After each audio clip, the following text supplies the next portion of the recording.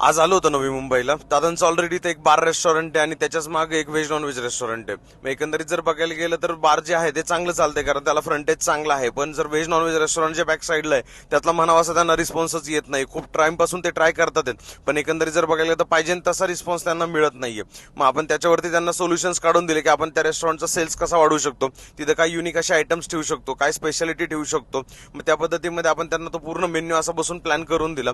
त्यानंतर तिथून cloud kitchen system कशा प्रकारे रन होऊ शकेल, कशा प्रकारे आपल्याला चांगला सेल्स तिथून जनरेट करता येईल आणि मग डिजिटल मार्केटिंग करून कशा प्रकारे आपण क्राऊड तिथे अट्रॅक्ट करू शकतो, या सगळ्या गोष्टींमध्ये डिटेलमध्ये चर्चा झाली. एकंदरीत जर बघायला गेलं तर ब्रँडिंग करायला आपण त्यांना सांगितलं, तर त्या पद्धतीमध्ये थोडंसं रिब्रँडिंग ज्यावेळेस होणार तर त्यावेळेस नक्कीच त्यांना सेल्समध्ये त्याचा पॉझिटिव्ह इम्पॅक्ट पडणार. आणि मग बाकी त्यांचे जे काही छोटे छोटे विषय होते त्याच्यावरती डिटेलमध्ये चर्चा केली. आता त्यांचा जो मेन्यू होता तिथं तो खूप जास्त वास्ट होता. एवढ्याच ते वास्टमुळे काय होतं की त्यांना किचन ऑपरेशन्सला खूप जास्त अडचणी फेस होत होत्या. मग आपण त्यांना तो मेन्यू जो आहे तो थोडासा शॉर्टर करायला सांगितला. ज्या गोष्टी जात नाहीये त्या पद्धतीत सिस्टीममधनं त्यांना आपण सगळा रिपोर्ट काढून त्या गोष्टीमधनं मेन्यूमधनं काढून टाकायला सांगितलं, जेणेकरून त्यांना कुठं अडचण नको व्हायला, ऑपरेशन्स फास्ट झाले म्हणजे कस्टमर जास्त आपल्याला कव्हर करता येईल. अशा सगळ्या गोष्टींमध्ये डिटेलमध्ये आम्ही चर्चा केली आणि त्यांचा निरोप घेतला. भेटूया उद्या. तोपर्यंत लाईक करा, फॉलो करा, शेअर करायला विसरू नका. Stay tune.